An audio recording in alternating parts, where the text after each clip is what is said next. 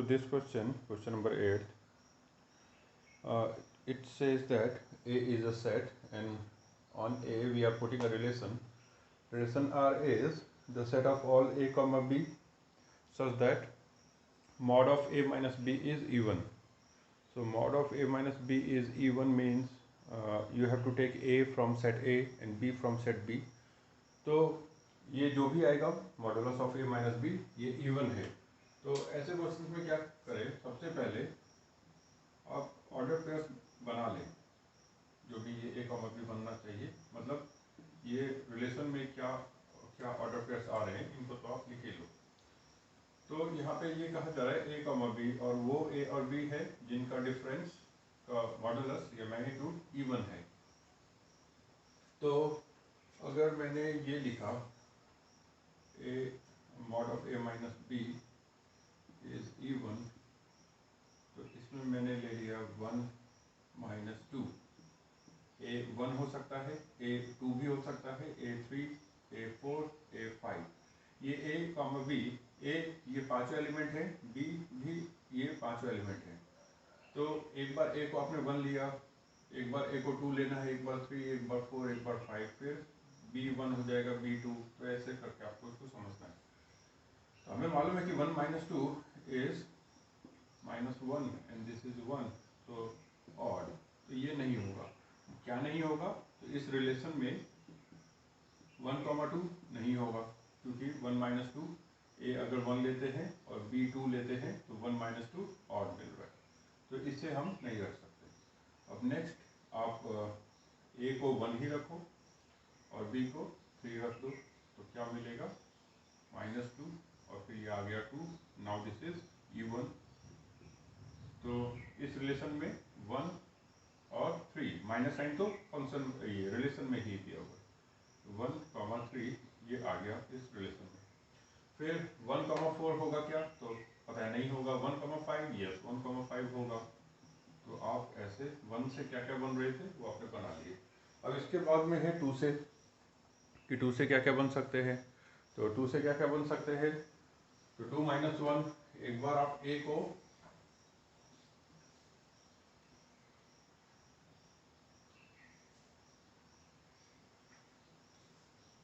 when A is 1, B was 2, A was 1, B was 3, A was 1, B was 4, A was 1, B was 5. Even odd. क्या मिल रहा था? 1 minus 2 was odd.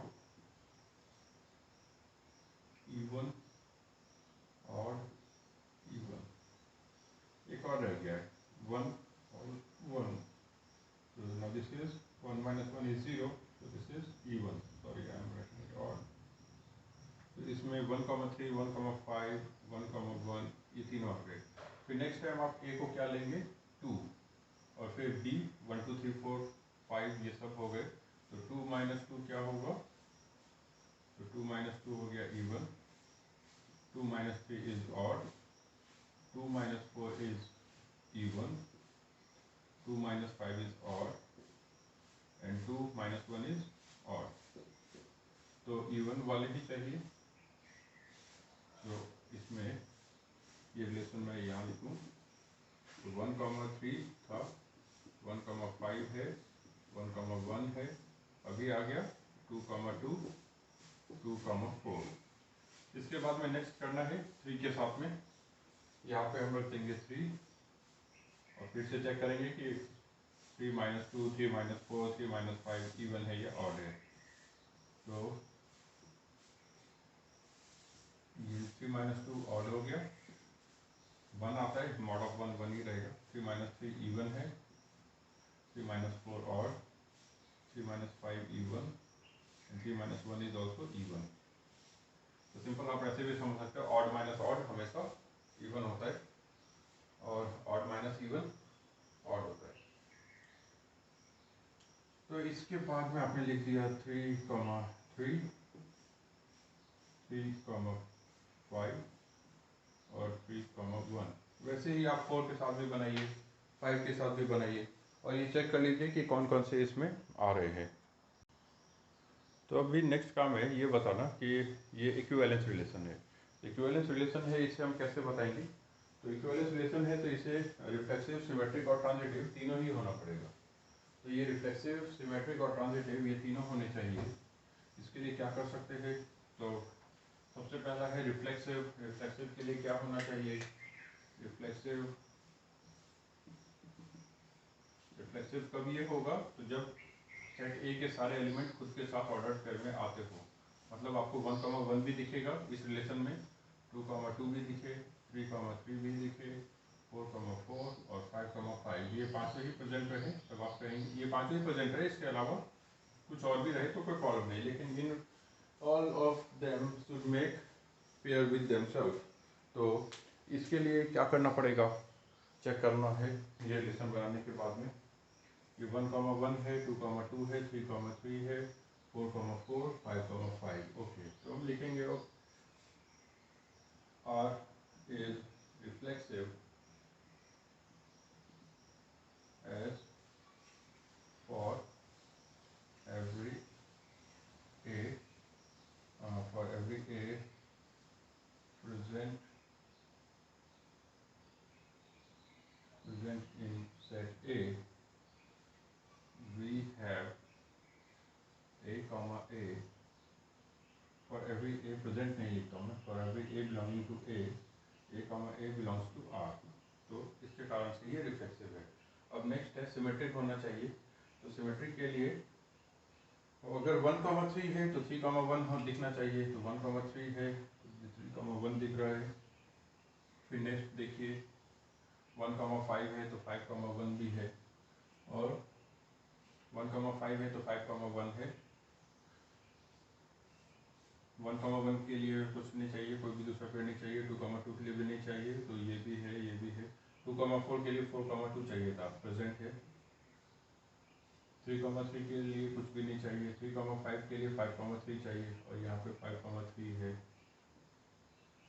और 4,4 के लिए तो कोई भी नहीं चाहिए, 5,5 के लिए भी कोई नहीं चाहिए। तो हम क्या लिखेंगे? For every A comma B। Okay, मैं इसको मिटा देता हूँ रिफ्लेक्सिव के बाद में symmetric.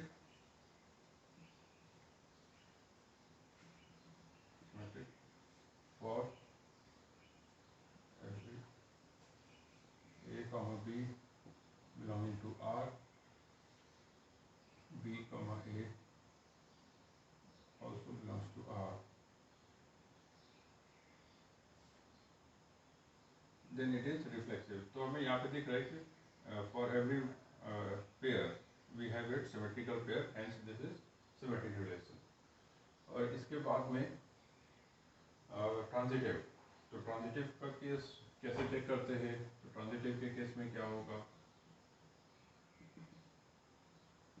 Transitive for every, for all नहीं लिखता हूँ, for okay, if A comma B belongs to R and B comma C belongs to R, this implies AB BC, then A comma C belonging to R makes it transitive।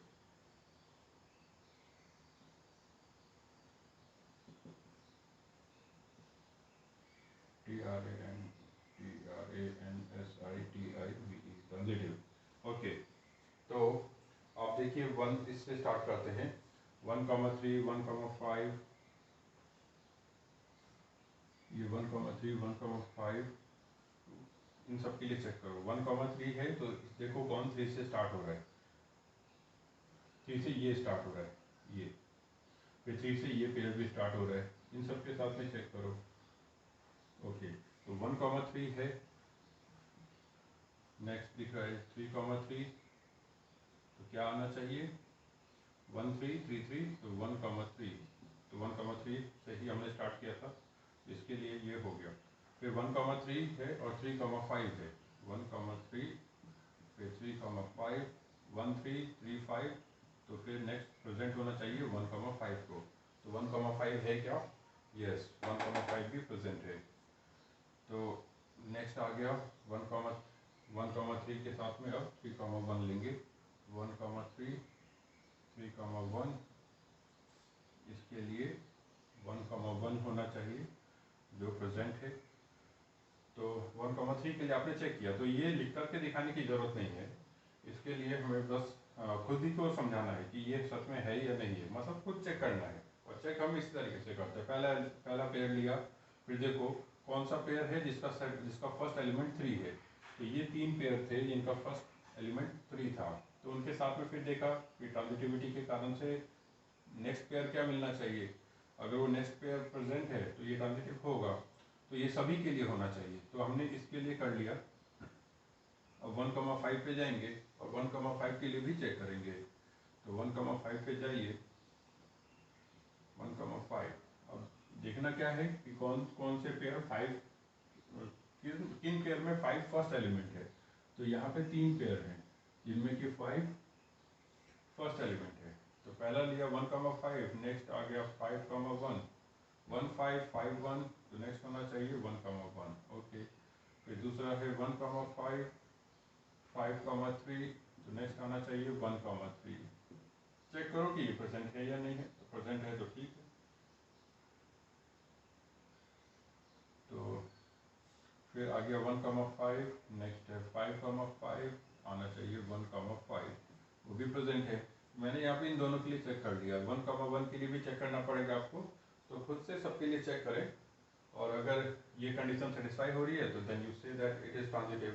और इस question में जो दूसरा part था वो आप देख पा रहे हो यहाँ पे कि किसी भी ऑर्डर पेयर, अब सबसे पहला काम है कि ये जो भी रिलेशन दिया है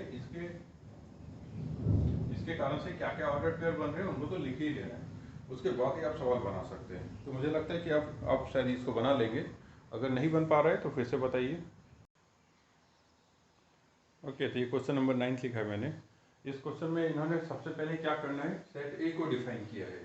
सेट ए क्या है, set A equals to set A is the A is set of all x so that x belongs to Z and x is greater than equals to 0 और less than equals to 12। A के बारे में हम ये भी लिख सकते हैं, आपने सेट पढ़ा था तो सेट को दो तरीकों से रिप्रेजेंट करते हैं। तो 0 1 2 3 4 5 6 7 8 9 10 11 12, ये सभी सेट ए के एलिमेंट्स हैं। तो अब इसके ऊपर में एक रिलेशन भी बताया इन्होंने। तो ये हमेशा आपको एक सेट देंगे, एक रिलेशन देंगे। अब ये ए कॉमा बी कौन है, ए कॉमा बी, ए भी इसी सेट का एलिमेंट है। That means A represents each and every element of A, B is also element of A, set A. So B also represents all of these numbers. A भी इन सभी number को represent करता है, B भी इन सभी numbers को represent करता है। तो अब यहाँ पे रिलेशन क्या है, तो mod of A minus B is multiple of 4। A क्या लेना है आपको, A आप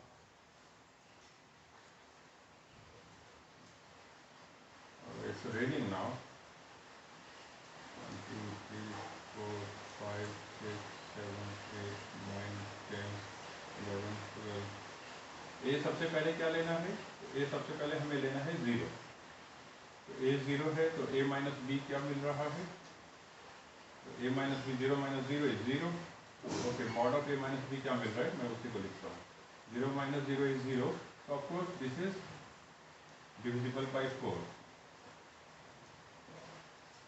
0 by 4, yes। मैं y stands for yes and n stands for no। फिर 0, 1, 0, 1 is 0 minus 1 mod में 1 बचेगा। This is not divisible by n by 4। तो 0 minus 2 is 2 mod के हिसाब से। This is also not present, not divisible by 4। 0 minus 3 is 3, this is also not divisible.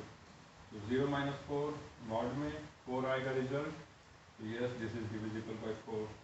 0 5, तो आप समझ रहे हैं कि इसी प्रकार से आपने क्या करना है कि कौन कौन से आ गए एलिमेंट।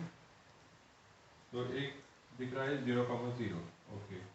फिर 0 के साथ दूसरा आने वाला कौन सा है, तो 0,4, फिर 0,8, फिर 0,12 और इसके बाद में फिर 1 के साथ स्टार्ट करोगे तो 1,1 0 हो जाता है, 1 minus 0 is 1, 1 minus 1 is 0, 1 minus 0 is 1, 1 minus 1 is 0, 1 minus 2 is minus 1, 1 minus 3 mod है तो पॉजिटिव लिखना पड़ेगा, 1 minus 3 is minus 2, माइनस 2 का बन जाता है मॉड्यूलस के कारण से 2, 1 minus 4 is minus 3, मॉड्यूलस के कारण से 3, 1 minus 5 ये 4 आएगा, 1 minus 6 ये 5 आएगा। आप चेक करो, सभी को लिखो, क्योंकि मैं अभी आपको समझ में आ ही रहे, मैं सभी नहीं लिखने जाऊँगा।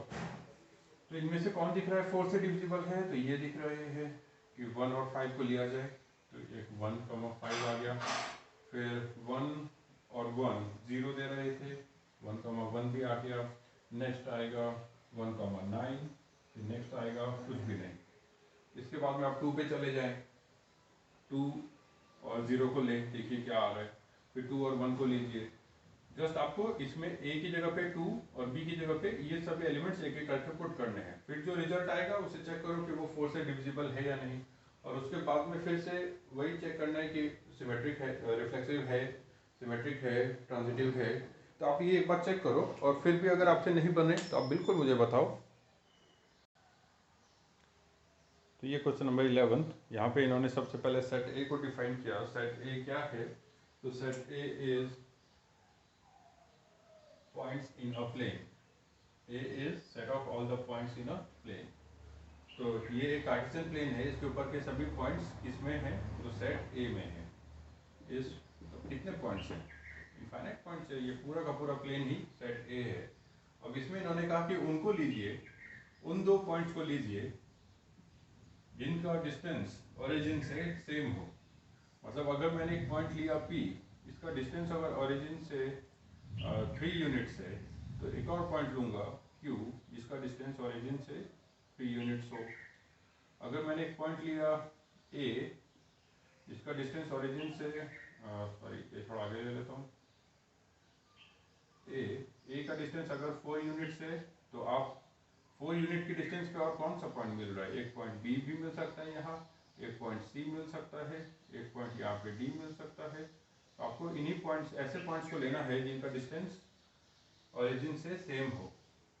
तो एक पॉइंट का नाम P रखा गया है और दूसरे पॉइंट का नाम Q रखा गया है। तो ऐसे 2 पॉइंट्स लीजिए, ऐसे 2 पॉइंट्स का पेयर बनाइए जिनका डिस्टेंस ओरिजिन से सेम हो। तो अब इस काम को कैसे करेंगे, इस काम को तो हमें करना नहीं है, मतलब इसमें क्या नहीं करना है, तो जो हम इसके पहले कर रहे थे कि अगर रिलेशन दिया है तो आप वो रिलेशन में क्या क्या ऑर्डर्ड पेयर्स है ये बनाइए, वो चीज़ यहाँ पे नहीं हो पाएगी क्योंकि there are infinite number of points. तो हमें तो इस क्वेश्चन में ये कहा गया था कि show that this is an equivalence relation, तो हम इसे जस्ट प्रूव करेंगे कि ये इक्विवेलेंस रिलेशन है, और इस टाइप के सवालों में हम ये R को डिफाइन नहीं कर पाएंगे कि R में कौन कौन से ऑर्डर पेयर हैं। तो हमें जस्ट प्रूव करना है कि ये रिलेशन इक्विवेलेंस रिलेशन है, इसका मतलब है कि ये रिफ्लेक्सिव, सिमेट्रिक और ट्रांजिटिव तीनों है। अब ये रिफ्लेक्सिव है, इसको हम कैसे कह सकते हैं, बिकॉज वी नो दैट अगर ये P अगर कोई पॉइंट है तो P कॉमा P दिखना चाहिए, A कोई पॉइंट है तो A कॉमा A दिखना चाहिए, B कॉमा B दिखना चाहिए। अगर A P B पॉइंट्स हैं तो ये सब हमें इसमें नज़र आने चाहिए। अब every point in this plane, यहाँ पे दिख रहा है P का डिस्टेंस ओरिजिन से जितना होगा उतना ही P का डिस्टेंस ओरिजिन से होगा। मतलब ये बात कैसे समझूंगा मैं, ओके तो इसके लिए तो आपके सामने में दिख रहा है कि मैंने कार्टेशियन प्लेन पे एक सर्कल ले लिया है जिसका सेंटर ओरिजिन पे है। अब इस सर्कल के ऊपर में जितने भी पॉइंट्स हैं सबके सब सेंटर से मतलब ओरिजिन से इक्वी डिस्टेंट है। तो इसके ऊपर का एक पॉइंट मैंने मार्क कर लिया है A, B, C, D, E। तो जब मैं ऑर्डर पेयर लिखूंगा तो मैं A कॉमा B भी लिखूंगा, A comma C, A comma D, A comma E। A को लेकर के बाकी सभी पॉइंट्स को तो मैं लिख दूंगा। ओके, अब आप इसको थोड़ा सा दूसरी तरफ से सोचो। A एक पॉइंट है, ऐसा सोचो। First point, second point. First point का नाम हमने ए रखा, तो दूसरा पॉइंट कहाँ से होना चाहिए? इसी सर्कल के ऊपर से होना चाहिए। तो इसी सर्कल से ऊपर होना चाहिए, तो वो बी होगा, वो सी होगा, डी होगा, ई होगा, और जो हमने लिखे हैं ए भी होगा। एवरी पॉइंट, हर पॉइंट खुद के साथ में, अगर उस जगह का हम कोई दूसरा नाम रख देते हैं, जैसे कि इसी पॉइंट का नाम मैं अगर एक्स रख देता तो ए कॉमा एक्स भी आता, तो हम एक ही पॉइंट का दो नाम क्यों रखेंगे? तो इसलिए वो सोचने में थोड़ा सा कंफ्यूजन है। बेटर क्या है कि आप पहला पेयर बनाने के लिए एक एलिमेंट को फिक्स कर लें, जैसे कि हमने ए को फिक्स कर लिया। अब दूसरा जो भी आएगा वो क्या होगा? बी होगा, फिर A comma C, A comma D, A comma E, and likewise और भी अगर पॉइंट होते तो मैं उन सबको लिखता। तो पहला एलिमेंट आप ले रहे हैं तो उसको यहाँ रखिए। दूसरा एलिमेंट लेने के लिए कहाँ जाएंगे आप? वापस से इसी सर्कल पे जाएंगे। तब आपको कौन दिखेगा? बी, सी, डी, ई और ए फिर से दिखेगा। मतलब ऐसा है कि इस काम को दो बार करो। पहला पॉइंट लेना है तुम्हें, तो पहला पॉइंट लेने के लिए तुम सर्कल पे एक बार गए, तुमने ए लिया और रख दिया साइड में। इसके बाद में तुम दूसरी बार गए, क्यों? क्योंकि तुम्हें और भी पॉइंट चाहिए जिनका डिस्टेंस उतना ही हो जो ए का डिस्टेंस है ओरिजिन से। तो दूसरी बार जब पॉइंट लेने आप जाओगे तो आप फिर से इसी सर्कल के कुछ पॉइंट्स को ढूंढोगे। तो आप पहली बार गए तब आपने ए लिया, और दूसरी बार जब आप जा रहे हो तो बी, सी, डी, ई और ए। मतलब एक बार मैं गया, once I went to market, I bought this, okay. मैं जब दूसरी बार जा रहा हूँ तो फिर से उस सामान को भी ले रहा हूँ और बाकी किस चीजों को भी लेके आ रहा हूँ, ऐसा समझिए। तो ये ऐसा है कि मैं, अगर मेरे पास में 5 रुपीज़ है तो मैंने एक टॉफ़ी खरीद ली, और नेक्स्ट ये टॉफ़ी है कोई एक्स नाम की, तो मैं पहली बार गया, एक्स नाम की टॉफ़ी खरीद के आया।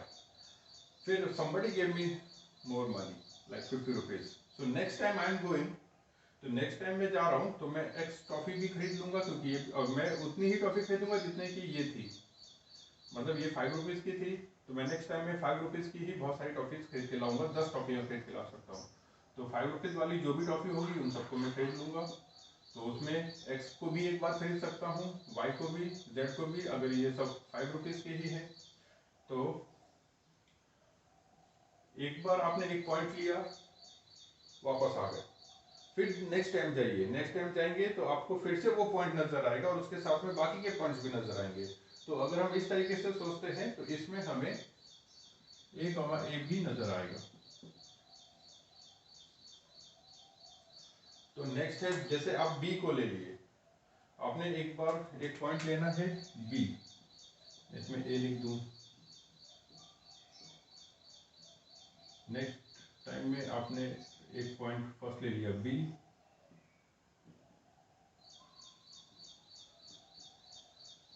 तो फर्स्ट टाइम आप गए तो आपने एक पॉइंट उठा लिया बी, फिर बी का जो भी डिस्टेंस है ओरिजिन से, उसी उतने ही डिस्टेंस का आप दोबारा से जाओगे और पॉइंट्स कलेक्ट करोगे। तो नेक्स्ट टाइम आप गए तो आपने सी को कलेक्ट कर लिया, फिर डी को भी कलेक्ट किया, फिर ई को भी कलेक्ट किया, फिर ए को भी कलेक्ट किया, और फिर आपको बी भी नजर आएगा, क्योंकि बी का भी डिस्टेंस उतना ही है जितना सी का डिस्टेंस है, डी का डिस्टेंस है। तो इस काम को अगर हम दो पार्ट्स में करें कि एक बार मैं जाता हूँ, कोई भी एक पॉइंट पकड़ के लाता हूँ, फिर दूसरी बार जाता हूँ तो वो पॉइंट फिर से मुझे नजर आएगा, है ना? तो इसलिए हम उस पॉइंट को फिर से लेकर के आ जाएंगे। तो इसके कारण से यहाँ पे बनेगा B comma B, B comma C, D, E और ए। तो ये रिफ्लेक्सिव है, because for every A belonging to the set we have A comma A belonging to the relation. अब इसके बाद में क्या ये सिमेट्रिकल है? तो सिमेट्रिकल में क्या समझ में आता है कि if A and B are equidistant from origin, इसको जस्ट लिखने का है, सिमेट्रिक है, वाइड डबल। सिमेट्रिक में देखिए, अगर रिलेशन में आपको ये मिला था कि ए और ए का जितना डिस्टेंस है उतना बी का भी डिस्टेंस है, तो फिर जब बी का जो डिस्टेंस है वही डिस्टेंस ए का भी है, हम इसको उल्टा करके भी लिख सकते हैं। जो ए का और सी का, ए और सी मिल गए, इसका मतलब क्या हुआ कि अगर A 5 यूनिट्स की डिस्टेंस पर है तो C भी 5 यूनिट्स की डिस्टेंस पर है। तो जब आप C से शुरू करेंगे, जैसे आपने A का 5 यूनिट डिस्टेंस लिया, फिर देखा कि 5 यूनिट के डिस्टेंस पे और कौन कौन से पॉइंट है, तो 5 यूनिट के डिस्टेंस पे कौन कौन से पॉइंट है, तो आपको ये सारे पॉइंट्स मिलेंगे सेकेंड टाइम में।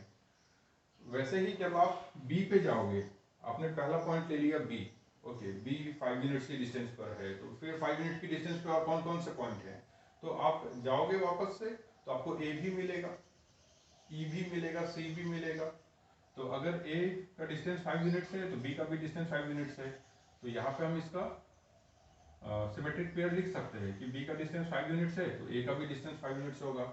If A is at a distance of 5 units from origin, then B is also 5 units from origin. तो A comma B हम कब लिखेंगे, तो जब एक पॉइंट A को पहला पॉइंट मान करके हमने पेयर बनाना शुरू किया। A से जितने पेयर बनते हैं आपने लिख लिया, इसके बाद सेकंड है B, फिर आप जब B को पहला पॉइंट मानोगे तो फिर से आपको B comma A एक बार मिल जाएगा। तो ये रिफ्लेक्सिव तो था, अब सिमेट्रिक भी है। और इसके बाद में क्या ये ट्रांजिटिव है,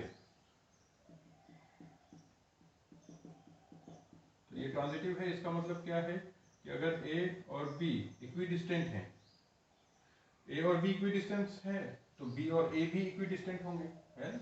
इसके कारण से भी हम कह सकते हैं कि ये सिमेट्रिक है। A और B इक्विडिस्टेंट है, मतलब जितना A का डिस्टेंस है उतना ही B का भी डिस्टेंस है। फिर एक पेयर में दिखता है कि जितना B का डिस्टेंस है ओरिजिन से उतना ही C का भी डिस्टेंस है। तो if A and B are equidistant from origin and B and C are equidistant from origin,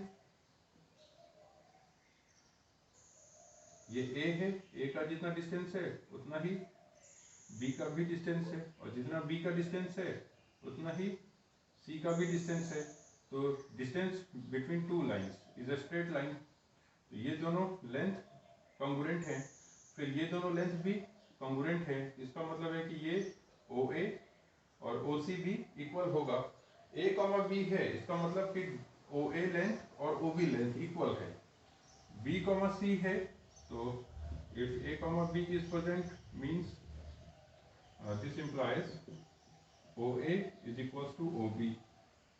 If B, C is present, this implies OB is equals to OC. So from first and second we can say that OA is equals to OB and OB is equals to OC. This says OA is equals to OC. Done. तो ये reflexive, symmetric और transitive तीनों है, इसके कारण से हम इसे बोलेंगे,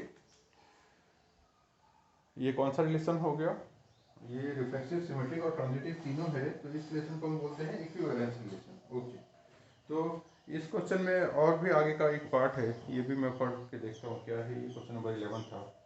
इसमें कहता है कि further show that the set of all points related to a point P is the circle passing through P with origin as centre. इन्होंने एक पॉइंट लिया है P जो कि ओरिजिन पे नहीं है। ओके, आप देखो ना, मैंने अगर एक पॉइंट ले लिया A, तो अब OA डिस्टेंस OB के बराबर है, OC डिस्टेंस भी बराबर है, एक ये भी पॉइंट मिलेगा, एक पॉइंट ये भी मिलेगा, इसका नाम P रख देता हूँ, Q। मैं उन्हीं पॉइंट्स को ले रहा हूँ जिन सब का डिस्टेंस OA के बराबर है। तो क्या बनते हुए नजर आ रहा है बच्चों,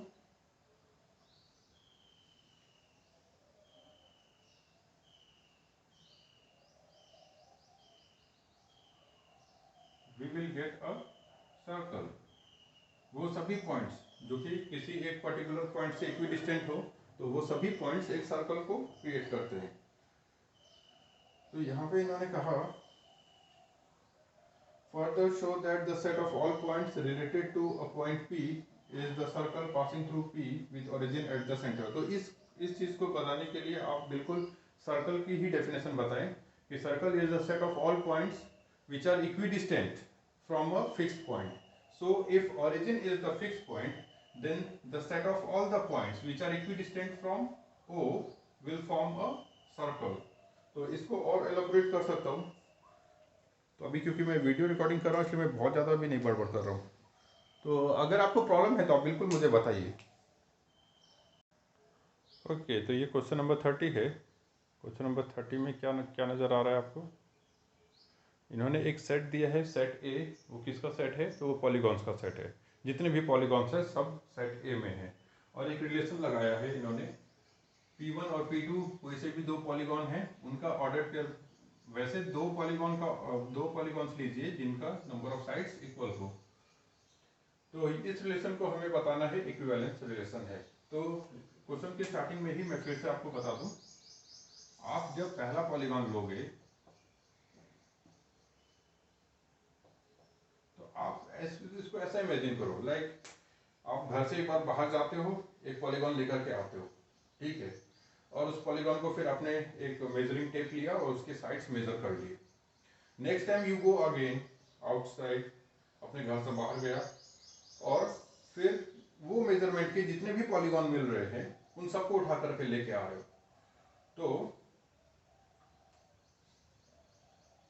पहली बार आप जब जाओगे तो आपको P1 पॉलीगॉन लेक मिला, आप उसको लेकर के घर आ गए, आपने P1 के मेजरमेंट्स लिए, उस पर कागज पे लिख भी लिया, फिर वापस से बाहर गए और अब इस मेजरमेंट के जो भी पॉलीगॉन हैं उन सबको लेकर के आओगे। एंड रिमेंबर कि P1 एक ही पॉलीगॉन था वैसा नहीं है, P1 को सिमिलर भी बहुत सारे पॉलीगॉन होंगे, है ना। तो P1 की मेजरमेंट वाले बहुत सारे पॉलीगॉन रखे हैं। जैसे कि अगर आप ट्रायंगल देखते हो तो ट्रायंगल्स, बहुत सारे ट्रायंगल बाहर में किसी सेट में इनफाइनाइट नंबर ऑफ ट्रायंगल्स हैं, तो उसमें बहुत सारे ट्रायंगल सिमिलर भी होंगे, बहुत सारे ट्रायंगल कॉन्ग्रुएंट भी होंगे। अगर आप एक ट्रायंगल, आप तो एक ही बार एक पर्टिकुलर ट्रायंगल को उठा के लाओगे, तो मान लो कि आपने एक ट्रायंगल को उठा के लाया, उसका साइड है 3, 5 और 6 सेंटीमीटर, ओके, 3, 6 और 7 सेंटीमीटर, तो इसका नाम रख देते हैं ABC। आप एक बार घर से बाहर गए, आपने एक ट्रायंगल उठाया, लेके आ गए, मेजर किया तो उसके साइड्स का मेजरमेंट ये मिला। तो फिर आप नेक्स्ट टाइम जब जाओगे तो आपके पास में ऐसे, और देखो इसको कॉन्ग्रुएंट, क्योंकि सेट ऑफ ट्रायंगल्स है तो उसमें सिमिलर ट्रायंगल्स भी होंगे और कॉन्ग्रुएंट ट्रायंगल भी होंगे, सिमिलर रेक्टेंगल भी होंगे और कॉन्ग्रुएंट रेक्टेंगल्स भी होंगे, सिमिलर सर्कल्स भी होंगे, सर्कल तो खैर सब सिमिलर होते हैं, तो कॉन्ग्रुएंट सर्कल भी होंगे। तो एक बार आप गए, एक पॉलीगॉन उठा करके लाए, क्या देखा उसमें? तो उसमें 3 साइड्स है। फिर नेक्स्ट टाइम आप जाओगे तो क्या 3 साइड वाला एक ही पॉलीगॉन पड़ा है? ऐसा मत सोचो। 3 साइड वाला एक ही ट्रायंगल है ऐसा तो नहीं होगा ना। अगर वो पॉलीगॉन का सेट है तो उसमें इक्विलेटरल ट्रायंगल भी होगा, आइसोसेलेस भी होगा, ऑब्ट्यूज भी होगा, सॉरी स्केलिन ट्रायंगल भी होगा, ऑब्ट्यूज एंगल ट्रायंगल्स भी होंगे, एक्यूट एंगल ट्रायंगल भी होंगे, राइट एंगल ट्रायंगल भी होंगे। तो कोई एक ही ट्रायंगल रखा है और एक ही क्वाड्रिलेटरल रखा है ऐसा नहीं है, ऐसा नहीं सोचना है। इससे कंफ्यूजन हो जाता है कि भाई मैं तो गया था तो एक पॉलीगॉन उठा के लाया जिसके पास 3 साइड्स थे, तो दूसरी बार जाऊंगा तो फिर कैसे कोई 3 साइड वाला मिलेगा? ये तब प्रॉब्लम होगी जब हम ये सोचे कि there was only one piece, there was only one piece of a polygon having 3 sides. तो ऐसा नहीं है। तो आपने पहली बार P1 लिया, मान लीजिए P1 में 3 साइड्स है, तो क्या होगा? नेक्स्ट टाइम आप जाओगे, दोबारा आप जा रहे हो तो आप फिर से P1 को लेकर के आओगे, फिर P2 को भी लेकर के आओगे, फिर P3 को भी लेकर के आओगे, P4 को भी। ये वो पॉलीगॉन है जिनमें 3 साइड्स है, मतलब डिफरेंट टाइप ऑफ ट्रायंगल्स हो सकते हैं। अगर आपने पहली बार एक ट्रायंगल ले लिया था तो दूसरी बार भी आपको एक ट्रायंगल मिलेगा और वही सेम ट्रायंगल भी मिल सकता है क्योंकि उसके भी मल्टीपल्स पड़े हुए हैं वहाँ पे। तो P1, फिर P2 भी एक ट्रायंगल है, P3 भी एक ट्रायंगल है, P4 भी एक ट्रायंगल है। तो ये क्या रिफ्लेक्सिव, सॉरी रिफ्लेक्सिव, हाँ रिफ्लेक्सिव है क्या ये? तो रिफ्लेक्सिव